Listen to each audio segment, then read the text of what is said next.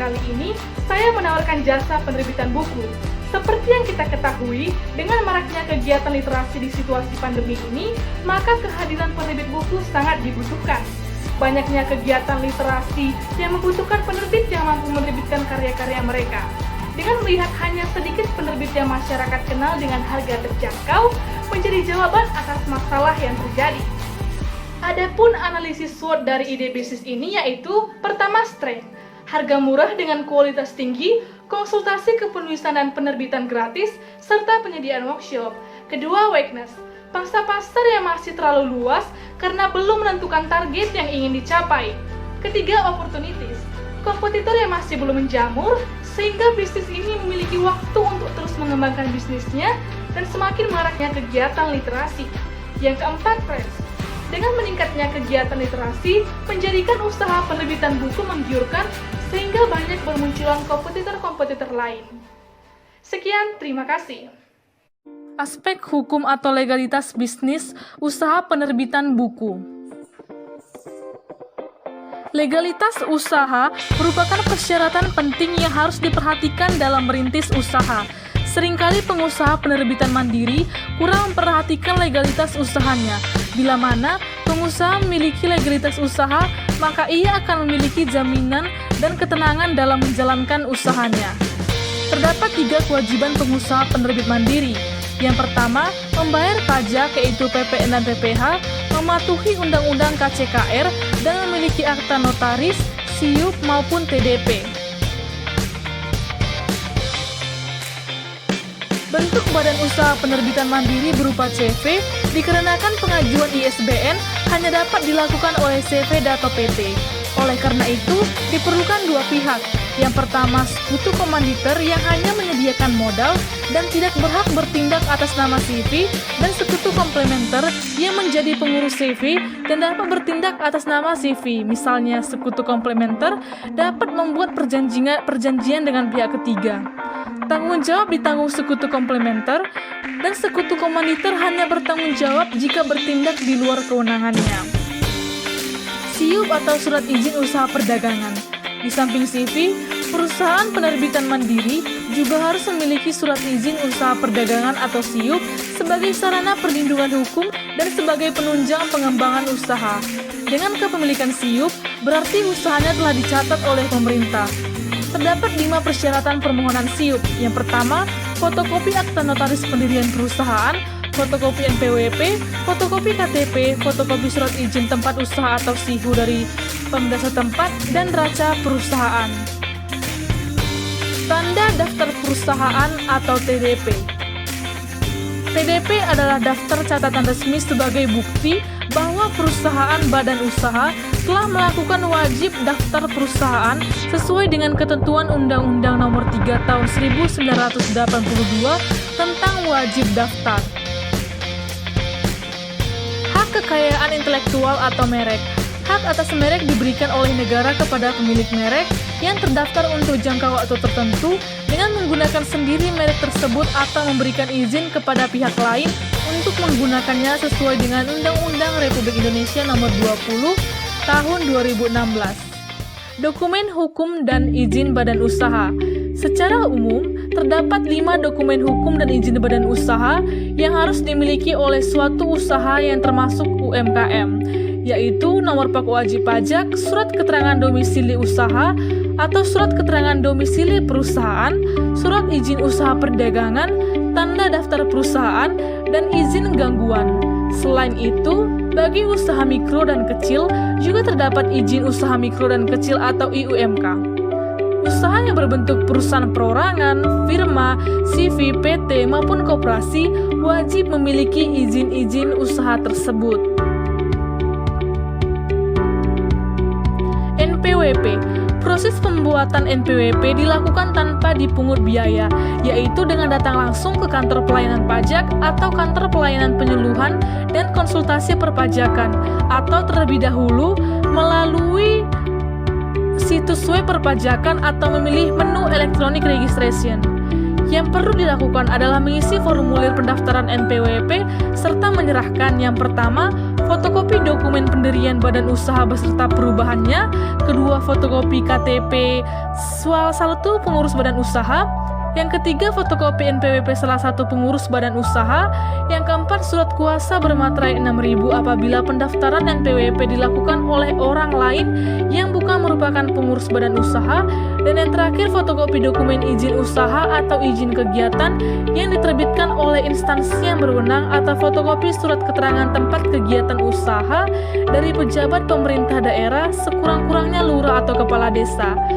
IUMK. IUMK adalah tanda legalitas sebagai seseorang atau pelaku usaha yang dimaksudkan untuk memberikan kepastian hukum bagi usaha mikro dan kecil untuk mengembangkan usahanya.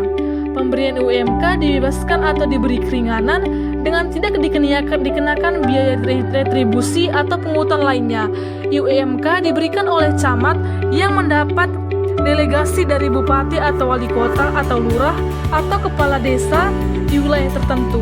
Menurut peraturan perundang-undangan IUMK diberikan oleh camat paling lambat 1 hari kerja sejak permohonan dan dokumen pelengkap diterima dengan lengkap dan benar. Apabila dokumen persyaratan belum lengkap, camat membuat surat penolakan dalam waktu 1 hari kerja setelah permohonan dan dokumen pelengkap diterima. Untuk memperoleh IUMK, permohonan harus mengirim formulir dan membawa dokumen seperti surat pengantar dari RT ataupun RW maupun KTP dan lain sebagainya. SKDU atau SKDP. Adapun tahapan permohonannya dimulai dari mengisi formulir SKDU yang ada di pelayanan terpadu 1 pintu. Untuk PT, formulir permohonan dilengkapi dengan surat kuasa pengurus dan surat kuasa penandatanganan. Yang kedua, membuat surat pernyataan tempat kedudukan atau domisili usaha atau badan usaha sesuai dengan format yang ditentukan oleh PTSP bermaterai 6.000. Dan yang ketiga, dengan membawa dokumen pelengkap seperti fotokopi KTP dan paspor pemohon atau pemohon yang merupakan pengurus atau orang lain yang menerima kuasa, fotokopi penerima kasus, fotokopi NPWP badan usaha, fotokopi akta pendirian dan anggaran dasar badan usaha beserta seluruh perubahannya, serta surat keputusan pengesahan terkait, dan bukti kepemilikan tanah atau bangunan atau perjanjian sewa tanah atau bangunan yang menyatakan tidak keberatan atau tidak digunakan serta KTP. SIUP dan TDP. SIUP adalah izin yang diterbitkan oleh pejabat PTSP dan harus dimiliki badan usaha untuk dapat melakukan kegiatan usaha perdagangan. SIUP juga akan berguna untuk mempermudah pengajuan pinjaman dana dari bank maupun lembaga keuangan lainnya, ataupun untuk ikut serta dalam program CSR atau program kemitraan dan bina lingkungan. Menurut peraturan perundang-undangan, SIUP dan TDP akan diterbitkan dalam waktu 2 hari kerja setelah permohonan dan dokumen pelengkap diterima dengan lengkap dan benar. Apabila dokumen persyaratan belum lengkap, pejabat penerbit membuat surat penolakan dalam waktu 1 hari kerja serta pemohonan dan dokumen pelengkap yang diterima. Dan SIUP juga tidak perlu diperpanjang. Permohonan diajukan oleh pengurus, penanggung jawab perusahaan, perdagangan, atau pihak ketiga kepada pejabat penerbit dengan mengisi formulir permohonan SIUP maupun TDP. Ada juga formulir yang diajukan, yaitu dapat dilengkapi dengan berbagai dokumen terkait. HO. HO adalah jenis usaha yang persyaratannya ditentukan dalam peraturan daerah masing-masing daerah. Dokumen yang harus dipersiapkan untuk pengurusan HO antara lain fotokopi surat tanah atau bukti lainnya, fotokopi KTP dan NPWP, fotokopi akta pendirian, fotokopi tanda pelunasan PBB, fotokopi persyaratan tidak keberatan dari tetangga atau masyarakat yang berdekatan, daftar bahan baku penunjang, serta fotokopi IMB atau Siteplan.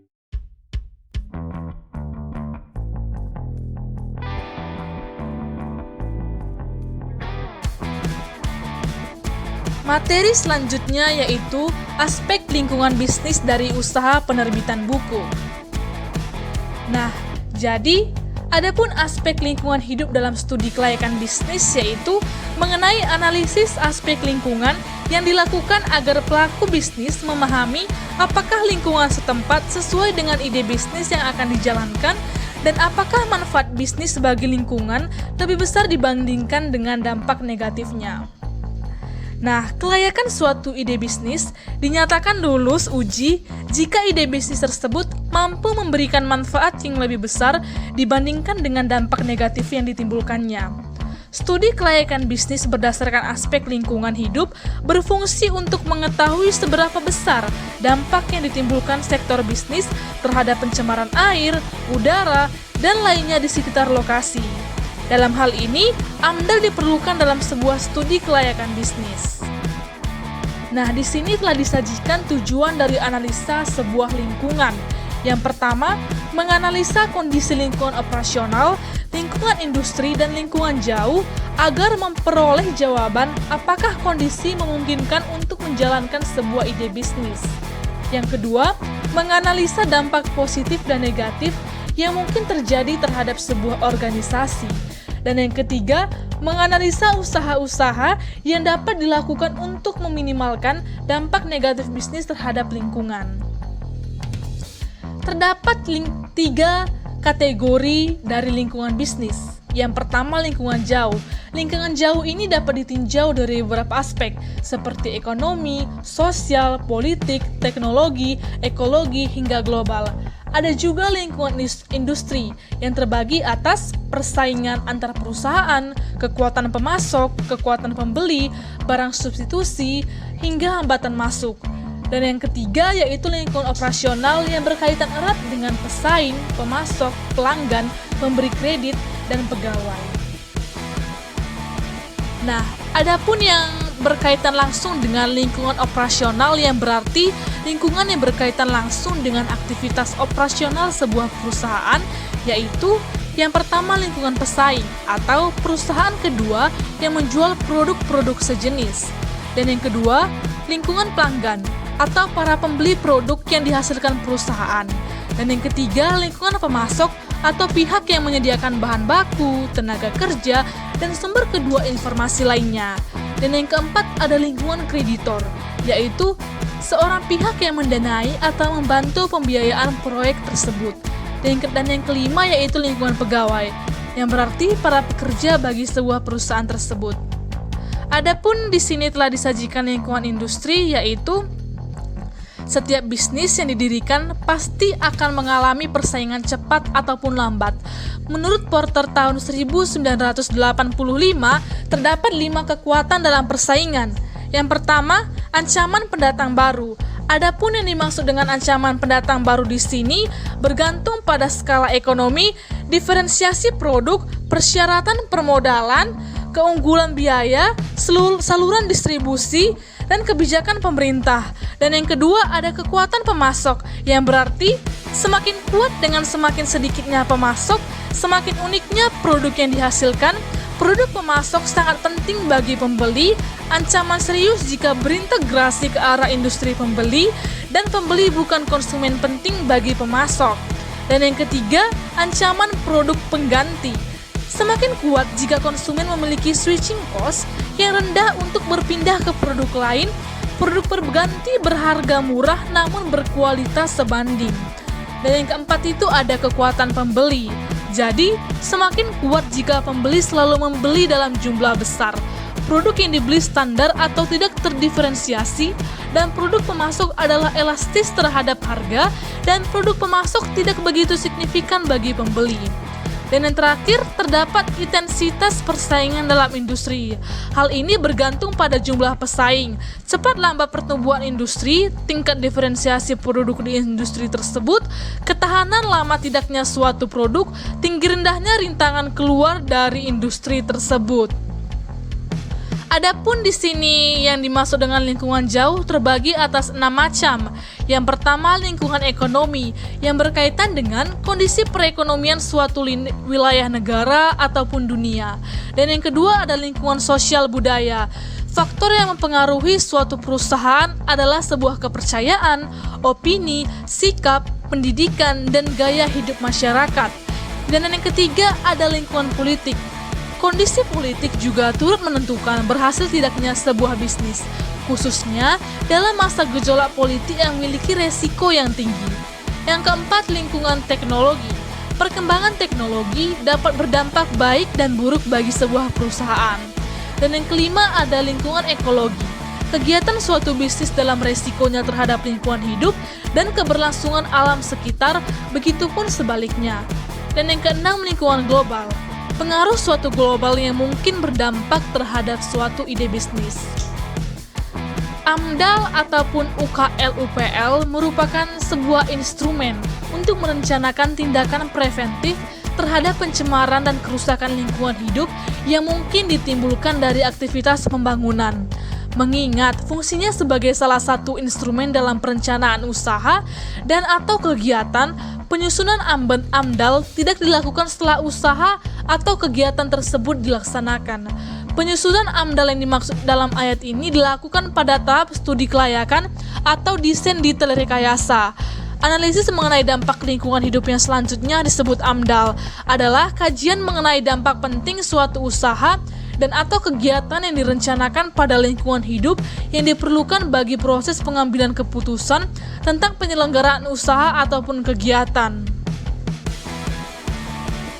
Proses penapisan ataupun screening atau kerap juga disebut sebagai proses seleksi kegiatan wajib AMDAL adalah proses yang menentukan apakah suatu rencana kegiatan wajib menyusun AMDAL atau tidak. Menurut pasal 22 UU PPLH ayat 1, setiap usaha dan atau kegiatan yang berdampak penting terhadap lingkungan hidup wajib memiliki AMDAL. Kemudian dalam pasal 24 Undang-Undang PPLH, dokumen AMDAL sebagaimana dimaksud dalam pasal 22 merupakan dasar penetapan keputusan kelayakan dari sebuah lingkungan hidup. Nah, dampak penting adalah perubahan lingkungan hidup yang sangat mendasar yang diakibatkan oleh suatu usaha dan atau kegiatan. Secara lebih rinci, maka ukuran dampak penting telah diatur dalam Keputusan Kepala Bapedal nomor 56 tahun 1994 tentang ukuran dampak penting. Pasal 22 ayat 2 menjelaskan dampak penting dimaksud ditentukan berdasarkan kriteria. Yang pertama, berdasarnya jumlah penduduk yang akan terkena dampak rencana usaha ataupun kegiatan. Yang kedua, luas wilayah penyebaran dampak. Yang ketiga, intensitas dan lamanya dampak berlangsung. Yang keempat, banyaknya komponen lingkungan hidup lain yang akan terkena dampak. Yang kelima, sifat kumulatif dampak. Yang keenam, berbalik atau tidak berbaliknya dampak. Dan yang terakhir, kriteria lain sesuai dengan perkembangan ilmu pengetahuan maupun teknologi. Dalam pasal 23 ayat 1 Undang-Undang PPLH menjelaskan kriteria usaha dan atau kegiatan berdampak penting yang wajib dilengkapi dalam AMDAL yang terdiri atas pengubahan bentuk lahan dan bentang alam, eksploitasi sumber daya alam, baik yang terbarukan maupun yang tidak terbarukan, proses dan kegiatan yang secara potensial dapat menimbulkan pencemaran ataupun kerusakan lingkungan hidup, serta pemborosan dan kemerosotan sumber daya alam. Dan yang keempat, proses dan kegiatan yang hasilnya dapat mempengaruhi lingkungan alam, lingkungan buatan, serta lingkungan sosial dan budaya. Dan yang kelima, proses dan kegiatan yang hasilnya akan mempengaruhi pelestarian kawasan konservasi sumber daya alam dan atau perlindungan cagar budaya. Dan terdapat introduksi jenis tumbuh-tumbuhan, hewan maupun jasa renik. Selanjutnya, pembuatan dan penggunaan bahan hayati dan non-hayati, kegiatan yang mempunyai risiko tinggi dan atau mempengaruhi pertahanan negara, dan penerapan teknologi yang diperkirakan mempunyai potensi yang besar untuk mempengaruhi sebuah lingkungan hidup. Terdapat Peraturan Menteri Negara Lingkungan Hidup Nomor 11 Tahun 2006 mengenai bidang kegiatan minimum wajib dilengkapi dalam sebuah AMDAL, yaitu kegiatan bidang pertahanan, pertanian, perikanan, kehutanan, perhubungan, teknologi satelit, dan lain sebagainya. Adapun kriteria penapisan jenis rencana usaha atau kegiatan yang tidak termasuk dalam daftar jenis usaha atau kegiatan yang wajib dilengkapi dalam sebuah analisis mengenai dampak lingkungan hidup, yaitu mengenai penapisan jenis rencana yang merupakan bagian dari dampak lingkungan hidup yang terdiri atas langkah-langkah sebagai berikut. Yang pertama, akan dilakukan pengisian terhadap daftar pertanyaan terkait lokasi rencana usaha ataupun kegiatan yang telah tersaji dalam tabel berikut, yang berhubungan dengan tata guna lahan, mengenai kapasitas absorpsi dari lingkungan alamiah, terutama terkhusus dalam daerah lahan basah, daerah pesisir ataupun area pegunungan dan hutan.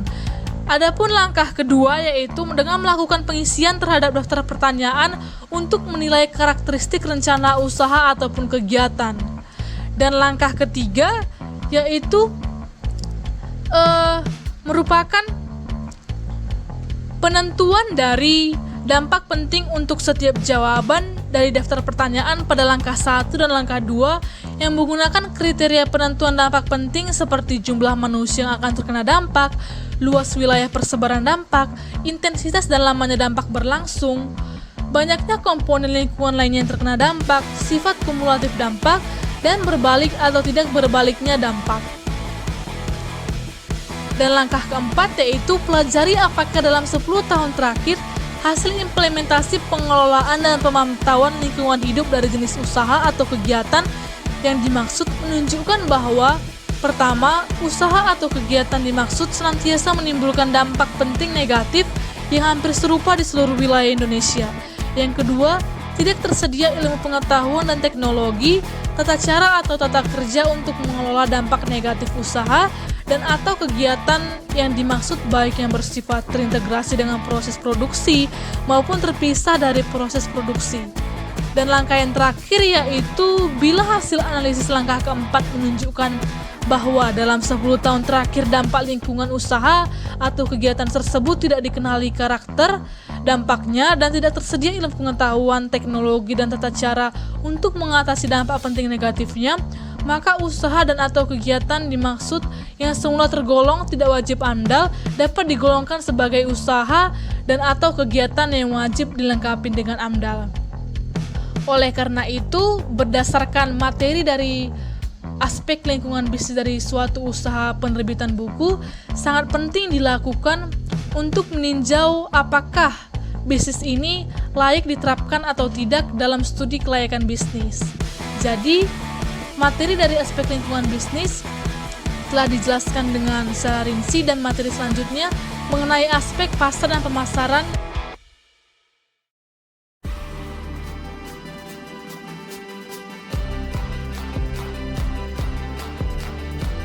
Aspek pasar dan pemasaran usaha penerbitan buku. Dalam studi kelayakan bisnis, aspek pasar maupun pemasaran merupakan salah satu hal yang penting dalam menilai apakah usaha penerbitan buku dapat berjalan dengan lancar ataupun tidak. Dalam hal ini, aspek pasar maupun pemasaran dalam ide bisnis saya mengenai usaha penerbitan buku, yang pertama ditinjau berdasarkan riset pasar. Riset pasar ini diperlukan untuk mendukung lancarnya pemasaran, dan riset pasar yang diperlukan dalam usaha penerbitan buku ini terbagi atas 5, yaitu analisis konsumen, analisis kompetitor, analisa kebutuhan pembaca, analisa pasar periodik, hingga pemilihan kanal distribusi. Yang pertama, analisis konsumen. Fungsi analisis ini untuk menentukan target pasar yang akan dituju dan mengetahui kebutuhan fungsional atas literasi di pasar.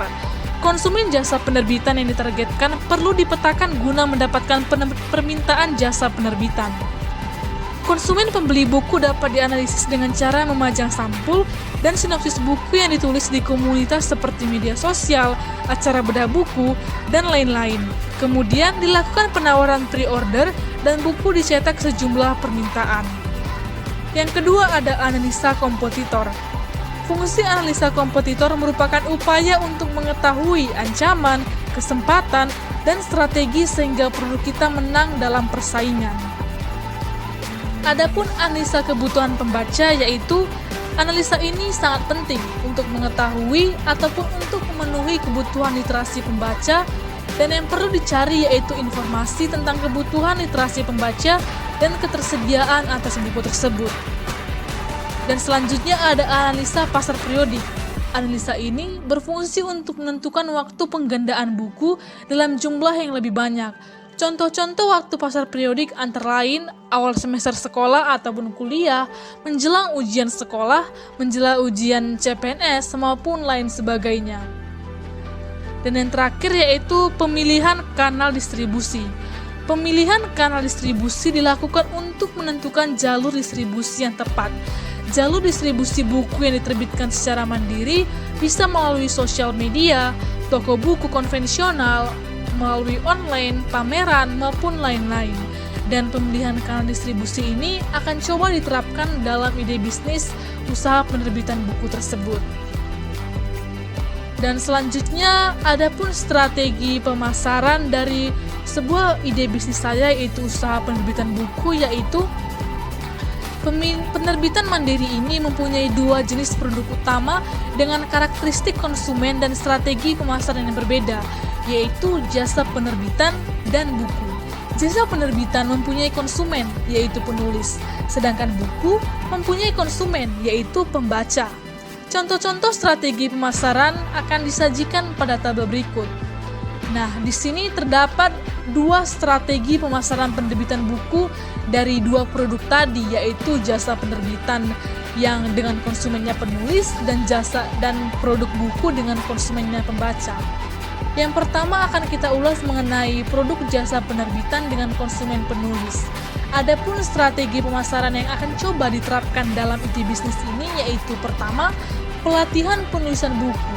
Setelah peserta terampil menulis, para peserta ditawari oleh jasa penerbitan ini. Dan yang kedua, penawaran jasa penerbitan ke konsumen potensial. Contoh konsumen potensial dalam usaha ini seperti dosen, peneliti, tokoh seperti birokrat, agama, ekonomi, politik maupun sosial budaya, profesional, LSM, perusahaan, dan lain-lain. Adapun pemasaran dilakukan melalui sosial media seperti Facebook, Instagram, WA, Line, maupun media sosial lainnya. Dan yang terakhir dapat dilakukan melalui pemasaran online atau digital marketing. Pemasaran ini dilakukan melalui sebuah website yang akan disediakan nantinya yang dapat dicari di mesin pencari di internet dengan kata kunci self-publishing atau penerbit mandiri. Nah, produk kedua yaitu buku dengan konsumen pembaca. Pemasaran buku dapat dilakukan melalui toko buku, event seperti bedah buku, perkuliahan umum, kuis ataupun lomba resensi bedah buku, free sample seperti e-book. Ada juga talk show di media massa, personal branding, seminar ataupun pelatihan, sebuah launching buku, web, toko online, buku online dan marketplace, sosial media maupun aplikasi media sosial. Nah, di sini terdapat strategi pemasaran yang akan dilakukan oleh usaha penerbitan buku ini ada 3. Metode pemasaran direct, metode pemasaran pihak ketiga, dan metode pemasaran online ataupun digital. Yang pertama, metode pemasaran direct. Pemasaran secara langsung ataupun direct artinya pelanggan yang akan menerbitkan karya tulisnya langsung datang ke tempat usaha. Selain itu, dengan menyebarkan brosur katalog kepada calon pelanggan dengan membagikan langsung ataupun menempelkan di tempat-tempat tertentu. Yang kedua, metode pemasaran pihak ketiga. Di sini yang dimaksud dengan pemasaran pihak ketiga yaitu pemasaran melalui marketing freelance dan pelanggan tidak harus berhubungan langsung, tapi juga bisa melalui pihak ketiga yaitu marketing freelance. Yang ketiga ada metode pemasaran online atau digital marketing.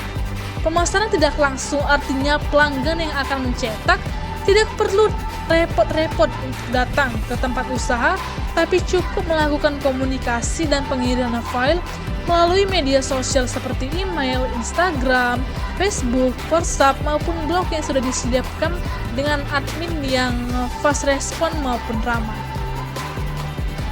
Nah, di sini akan disajikan segmentasi pasar berdasarkan perilaku, geografis, demografis, dan psikografis.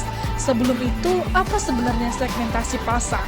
Segmentasi pasar merupakan kegiatan membagi suatu pasar menjadi kelompok-kelompok pembeli yang berbeda yang memiliki kebutuhan, karakteristik atau perilaku yang berbeda yang mungkin membutuhkan produk atau bauran pemasaran yang berbeda dalam situasi market tertentu. Dalam hal ini, usaha penerbit buku membagi segmentasi pasar dalam 4 kelompok segmentasi. Yang pertama ada segmentasi perilaku. Sesuai dengan namanya, segmentasi perilaku, maka segmentasi ini ditinjau dari perilaku pelanggan terhadap produk yang ditawarkan. Dan termasuk perilaku di dalamnya ialah keinginan bersama dalam menjadi penulis terkenal. Penulis terkenal tentunya adalah orang yang berkeinginan besar dalam menulis serta mempublikasikan karyanya. Perilaku yang sama seperti pengetahuan, loyalitas, idealisme, dan kreativitas serta inovasi. Dalam hal ini akan dibagi segmentasi pasar secara menyeluruh, sehingga memfokuskan kepada masyarakat umum dari berbagai kalangan profesi, namun lebih kepada mereka yang berminat dan berkeinginan untuk menulis dan menerbitkan karyanya. Yang kedua ada segmentasi psikografis. Segmentasi psikografis adalah pengelompokan konsumen atas dasar kesukaan dan ketertarikan mereka pada produk tertentu. Pembagian segmentasi ini lebih diarahkan kepada pelanggan yang menekuni profesi penulis dan hobi menulis yang dimiliki. Pembagian tersebut berdasarkan kriteria pelanggan usaha ini, yaitu suka menulis dengan menciptakan karya, keinginan besar dalam meningkatkan karya, dan mengisi kekosongan waktu dalam keadaan work from home, dan usaha ini akan mengenali betul siapa segmentasi pasar dalam hal ini. Selanjutnya ada segmentasi demografis. Segmentasi demografis merupakan pengelompokan konsumen atas dasar keumuman, seperti usia, gender, pendidikan, pendapatan, dan sebagainya. Ada beberapa pembagian yang sudah dilakukan sebelumnya, yaitu berdasarkan Social Economic Size atau SES, yaitu B sama dengan A+, dan berdasarkan occupation, yaitu mahasiswa, pelajar, instansi pendidikan, penulis pemula, masyarakat yang bergerak dalam bidang akademik dan non-akademik, serta kepada berbagai mitra dari usaha penerbitan buku ini.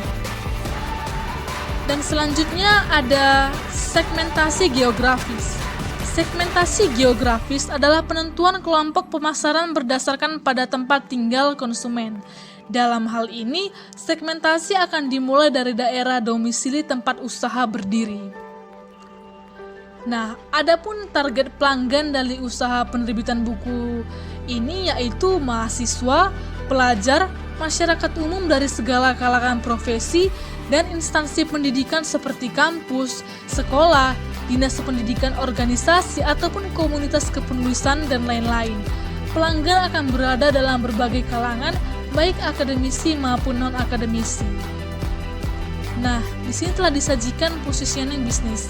Adapun yang dimaksud dengan positioning yaitu adalah tindakan perusahaan dalam merancang produk dan strategi pemasaran agar dapat menciptakan kesan tertentu yang diingat di benak konsumen.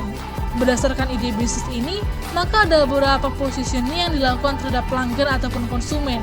Yang pertama, harga dengan kualitas terbaik. Positioning harga tidak selalu tentang harga yang lebih murah, tetapi juga harga yang reasonable sesuai dengan kualitas produk yang dihasilkan. Produk dengan harga yang lebih murah dan memiliki kualitas lebih baik daripada produk pesaing akan membuat produk tersebut lebih melekat di benak konsumen. Dalam hal ini, tentunya usaha ini menawarkan jasa penerbitan dengan harga murah dan tidak melupakan kualitas produk. Dan yang kedua ada berdasarkan pesaing. Strategi ini memposisikan ide bisnis sebagai yang lebih baik daripada pesaing utama yang sudah ada dan berdiri sebelumnya. Dalam hal ini, usaha yang akan didirikan akan memberikan pelayanan bukan hanya jasa penerbitan, namun menyediakan konsultasi kepenulisan bagi pelanggan. Jadi demikianlah aspek pasar dan pemasaran dari ide bisnis saya mengenai usaha penerbitan buku. Dan aspek pasar dan pemasaran ini merupakan suatu hal ataupun pokok terpenting dalam menilai suatu studi kelayakan bisnis.